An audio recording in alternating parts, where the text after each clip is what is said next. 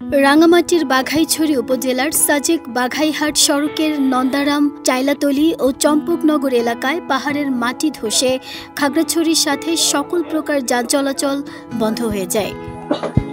এলএমই certified বিশ্বসেরা কপারে তৈরি Walton cables, যা আপনার স্থাপনাকে রাখবে সব সময় নিরাপদ। বৃহস্পতিবার রাতভর ভারী বৃষ্টির ফলে বাঘাইহাট সাজেক সড়কের 3টি স্থানে পাহাড়ের মাটি ধসে পড়ে। এ ঘটনায় সাজেকে আনুমানিক 425 জন পর্যটক আটকা পড়েন। এছাড়াও সড়কে মাটি ধসের কারণে দুই পাশে বহু যানবাহন আটকে যায়। এতে নারী, শিশুসহ চরম ভোগান্তিতে পড়েন অসংখ্য মানুষ। সংবাদ পেয়ে দীঘিনালা থেকে ফায়ার সার্ভিস, সেনাবাহিনী ও স্থানীয় লোকজন মাটি সরাতে কাজ শুরু করে। রাস্তা ক্লিয়ারের জন্য কাজ করতেছি। মাটি এবং মাটির সাথে পাথর আছে বিধায় আমরা এতক্ষণ ধরে কাজ করছি, কাজ করে সরাতে পারছি না সবগুলো। বেকু আসলে আশা করি ঘন্টা 2 ঘন্টার ভিতরে কাজ হয়ে যাবে।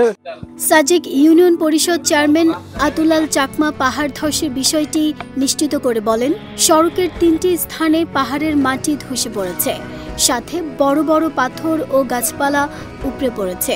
তবে ভারী যন্ত্রপাতি ও বুলডোজার ছাড়া এসব পাথর ও গাছপালা সরানো সম্ভব নয়। বিষয়টি সেনাবাহিনীর বেঙ্গল বাঘাইহাট জোন ও বাঘাইছড়ি উপজেলা নির্বাহী অফিসারকে জানানো হয়েছে। পরে বাঘাইছড়ি উপজেলা নির্বাহী অফিসার ঘটনার সত্যতা নিশ্চিত করেছেন। আমরা সকালে এখানে আসি, এসে দেখি যে পাহাড় ধস হয়ে যান চলাচল বন্ধ। সাজেক এবং বাঘাট থেকে ফায়ার ব্রিগেড, সেনাবাহিনী, বিজিবি যৌথ উদ্যোগে সাজেক ইউনিয়ন পরিষদ সহ মোটামুটি আমরা চেষ্টা করে চালিয়ে যাচ্ছি। সবাই মিলে যৌথভাবে কাজ করে পাহাড়ের মাটি সরাই ফেলেছি, যাতে প্রাথমিকভাবে রাস্তা দিয়ে গাড়ি চলাচল করতে পারে। পরবর্তী পদক্ষেপ নিব, আমাদের ইঞ্জিনিয়ার ভাইকেল আসে পুরো রাস্তাটা ক্লিয়ার করে দিব। তিনি জানান, খবর পেয়ে দীঘিনালা ফায়ার সার্ভিস, সেনাবাহিনী ও বাঘাইছড়ি উপজেলা প্রশাসন মাটি সরানোর কাজ শুরু করে। সড়কের মাটি সরানো হলেই পর্যটকরা ফিরতে পারবেন। নাহিদা স্মৃতি, দেশ রূপান্তর।